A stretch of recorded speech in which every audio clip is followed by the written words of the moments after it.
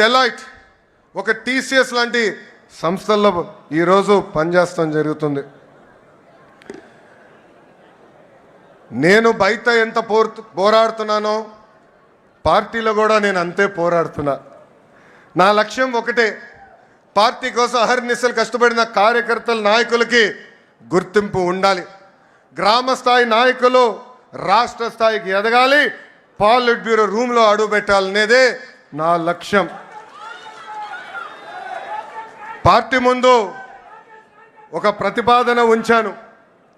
3 టర్మ్లు ఒక పదవి చేసిన తర్వాత పై పదవి కన్నా వెళ్ళాలి, లేదంటే ఒక్క టర్మ్ బ్రేక్ తీసుకోవాలి. జాతీయ ప్రధాన కార్యదర్శిగా నేను ఈరోజు 4వ టర్మ్లో ఉన్నాను. గౌరవ అధ్యక్షుడు వారిని నేను కోరేది ఆ సంస్కరణ నాతో మొదలు పెట్టాలని ఈ సభాముఖంగా నేను కోరుతున్నాను. ఇది జరిగితేనే పార్టీలో కదలిక వస్తుంది. యువతకి రెక్కలొచ్చి రాజకీయాల్లో మెరుగైన అవకాశాలు వస్తాయి.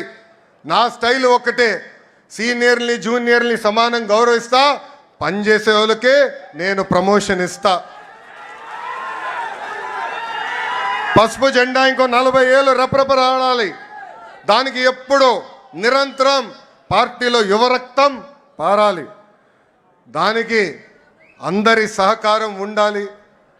పెద్దలందరూ కూడా ఈరోజు పాలిట్ బ్యూరో సభ్యులందరూ కూడా యువకుల్ని పెద్ద ఎత్తున ప్రోత్సహిస్తున్నారు.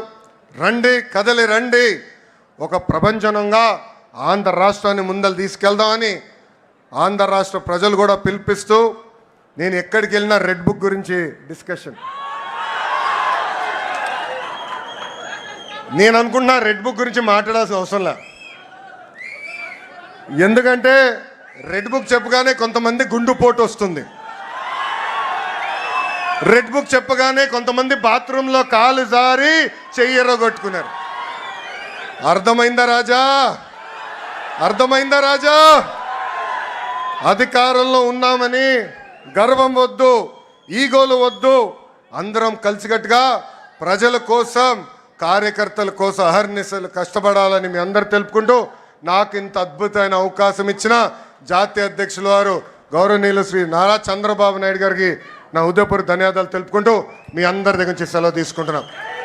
జోహర్ అన్న ఎన్టీఆర్, జోహర్ అన్న ఎన్టీఆర్.